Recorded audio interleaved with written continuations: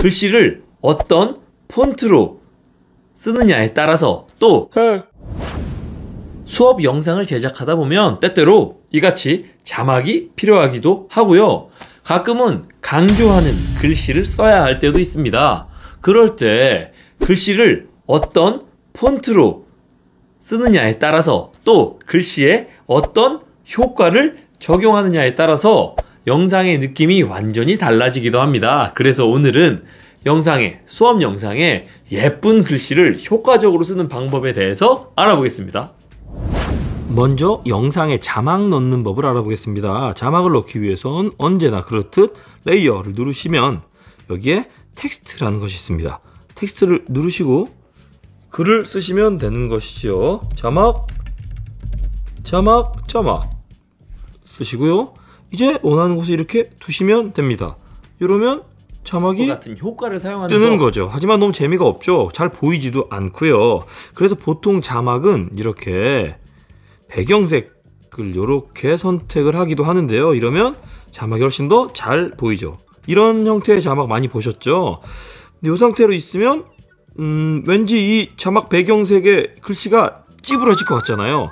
그럴 땐 누르시고 여기 오른쪽 위에 키보드 모양을 누르시면 글씨를 다시 쓸 수 있거든요. 지우고 이렇게요. 다시 쓸 수 있는 여기서 스페이스바로 뒤에 한 칸, 앞에 한 칸 정도만 이렇게 띄워주시면 훨씬 더 이렇게 보기 좋고 숨이 쉬어지는 이런 자막이 만들어집니다. 이런 식으로 자막을 쓰실 수도 있고 또 이 배경색에서 화면 폭에 맞추기라고 하면 이렇게 나는 자막이야 임을 더 강하게 어필할 수 있는 자막이 만들어지죠. 배경색은 당연히 바꾸실 수 있는데요. 요거를 누르시면 이걸 누르시면 배경색을 이렇게 붉게도 바꿀 수 있고요. 바꿀 수 있습니다. 이 색을 바꾸는 방식은 이게 글씨가 됐든 뭐가 됐든 다 같은 형태인데요. 이렇게 판에서 선택할 수도 있고 요 위에 부분 누르시면 최근 사용한 색상 팔레트도 있고요. 그냥 직접 이렇게 RGB를 선택하셔서 색을 만드실 수도 있고요. 다양한 방법을 사용하실 수 있습니다. 이렇게 색을 선택할 수도 있지만 투명도를 선택할 수도 있거든요. 그래서 배경색에 들어가셔서 이 바가 바로 색의 투명도를 선택하는 바입니다. 이렇게 하면 이렇게 되고요. 이렇게 하면 투명도가 점점점 높아지죠. 이런 형태로 원하는 자막바를 만드시면 되겠습니다. 이번엔 글씨를 쓰는 법, 예쁜 글씨를 쓰는 법에 대해서 알아보겠습니다. 똑같이 레이어 들어가시고 텍스트에서 글씨를 쓰시고요.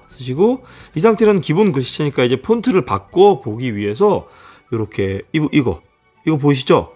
요거를 눌러 주시면 다양한 글씨체가 있습니다. 기본적으로 저는 한국어에 들어가 있고요. 이건 다 제가 다운받은 거고 글씨체를 다운받으시기 위해선 여기 요 상점에 들어가 주시면 들어가셔서 한국어를 선택하시면 이렇게 다양한 한국어 글씨체가 있습니다. 이 중에 원하는 걸 다운받아 쓰시면 되죠. 저는 깔끔한 걸 좋아해서 이렇게 깔끔한 이런 글씨를 다운받기 위해서 이렇게 다운로드를 누르시면 다운이 되고요. 다운이 끝나면 여기에 이렇게 방금 받은 글씨체가 이렇게 있죠. 선택하시면 이렇게 됩니다. 지금은 하얀색 글씨인데 이제 글씨 색도 바꾸고 싶고 테두리도 바꾸고 그림자도 넣고 싶잖아요. 이제 그런 건 어떻게 하는 거냐면 먼저 글씨색을 바꾸기 위해선 이렇게 오른쪽 위에 색을 누르시고 아까 한 것처럼 색 하나를 선택해 주시면 됩니다. 이렇게요. 이런 식으로 해도 되고요. 그리고 여기에 윤곽선을 넣는 것도 있고요. 아래 가면 이렇게 윤곽선이라는 게 있잖아요. 이걸 누르시면 윤곽선이 들어갑니다. 저는 지금 글씨를 검은색으로 했으니까 윤곽선을 하얀색으로 한번 해볼게요. 이렇게요. 훨씬 더 예쁜 글씨가 됐죠. 그래도 심심하다 그러면 그림자나 글로우를 넣으시면 되는데 그림자는 선택하시면 이렇게 글씨에 그림자가 생겼죠. 그림자와 글씨 사이의 거리를 조정할 수도 있고 그림자의 각도를 조정할 수도 있고요. 이렇게 그림자가 퍼지는 정도, 그림자의 크기까지도 선택하실 수 있습니다. 이렇게 선택하실 수 있죠. 글로우는 글씨 바깥쪽에 이렇게 빛이 나는 효과를 주는 건데 이런 식으로 빛이 나는 효과를 줄 수 있지요. 이런 형태로요. 여기서 이제 지금 영상을 보시는 분들의 취향대로 하시면 되겠습니다. 저는 사실 이 정도를 가장 좋아하고요. 그런데 저는 개인적으로 이렇게 하면 뭔가 글씨는 글씨고 영상은 영상처럼 이렇게 따로 노는 느낌이 들더라고요. 그래서 저는 글씨의 불투명도를 좀 조절합니다. 여기에 글씨 선택하셔서 불투명도를 조금만, 저는 80 정도 낮추거든요. 이렇게만 하면 제가 느끼기에는 이러면 이제 글씨와 영상 사이에 좀 동화율이 높아지는 느낌이더라고요, 저는. 그래서 이런 걸 많이 사용합니다. 이렇게요. 사용하는 법, 그리고 이렇게요.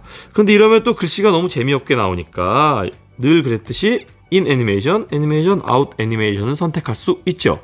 in 애니메이션 같은 경우는 팝 0.5초, 그리고 out 애니메이션으로는 스냅 아래로. 제가 더 좋아하는 겁니다. 제가 자주 쓰는 거죠. 이렇게 하면 사용하는 법, 그리고 이렇게 다양한 스티커를 글씨가 사용하는 튀어나오고 법에 대해서 알아보겠습니다. 먼저 이렇게 모자이크와 들어가는 블러. 거죠. 글씨를 쓰실 때마다 방금 한 과정을 반복하시면 너무 소모적이잖아요. 그래서 보통 글씨를 계속 넣어야 되는 영상의 경우는 이 글씨 이 탭을 엄청나게 늘린 다음 글씨를 쓰시다가 필요한 부분에서 가위로 자르시죠. 플레이에 대해서 분할을 하시면 이제 2개가 되니까 요 글씨를 바꾸시면 글씨 이렇게 바꾸시면 이렇게 자연스럽게 먼저 모자이크와 이렇게 블러. 바뀌어지는 형태로 자막 또는 글씨를 사용하실 수 있죠. 그렇습니다. 그리고 마지막으로 글씨가 이렇게 두 줄로 사용하실 때는 텍스트 옵션이라는 게 있어요. 그래서 장편과 자간을 조절할 수도 있고 정렬 상태를 조절할 수도 있거든요. 다시 한번 써볼게요. 조절할 수 있는데 이 텍스트 옵션에서 이렇게 왼쪽 정렬, 가운데 정렬, 오른쪽 정렬도 가능하고요. 네, 요건 이제 위아래 붙이는 건데 빈칸이 있을 때요 사용하시면 되고, 밑줄도 가능하고요. 그리고 자간, 장평 조절이 가능합니다. 아시겠죠? 키네마스터에는 손글씨 쓰기라는 기능이 있습니다. 직접 글을 쓰거나 그림을 그릴 수 있는 기능이죠. 저는 굉장한 악필이라서 이 기능을 자주 사용하지는 않지만 종종 아주 유용하게 사용하고 있습니다. 손글씨는 레이어에서 손글씨를 선택을 하시면 이렇게 손글씨 바가 나타납니다. 그럼 이 바에 들어오시면 클릭하시면 요 왼쪽 여기 자동으로 눌러져 있어요. 여기 글씨를 쓸 수 있는 상황인데 이렇게 누르시면 다양한 툴이 있습니다. 먼저 가장 왼쪽에 위에 있는 건 단순 글씨 쓰는 툴이에요. 글씨. 지금은 제가 투명도를 높게 해놨네요. 다시 투명도를 한번 낮게 해볼게요. 낮게 하고 펜촉을 조그맣게 하고요. 쓰면 이렇게 글씨를 쓸 수 있죠.